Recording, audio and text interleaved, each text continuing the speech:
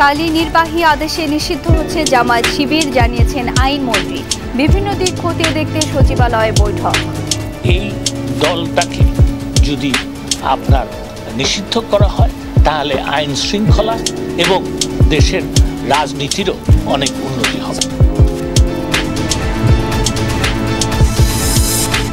জামায়াত শিবির নিষিদ্ধের আইনি ক্ষমতা আছে সরকারের। আরও আগে এই বিষয়ে সিদ্ধান্ত নেয়ার দাবি ছিল অভিমত সিনিয়র আইনজীবী ও বিশিষ্টজনদের।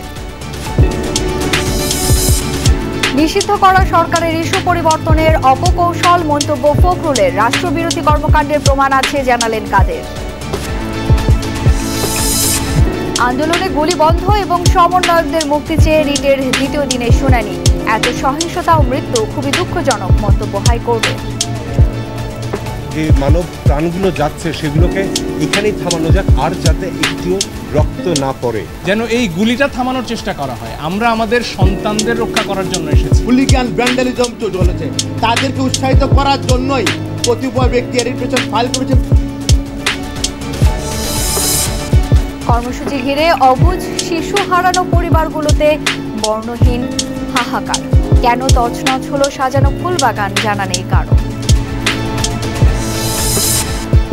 সহিংসতায় নিহতদের স্মরণে সারা দেশে শোক পালন। শনিবার পর্যন্ত সকাল 7টা থেকে 13 ঘন্টা কারফিউ শিথিল। কাল থেকে স্বাভাবিক সূচিতে ফিরছে অফিস।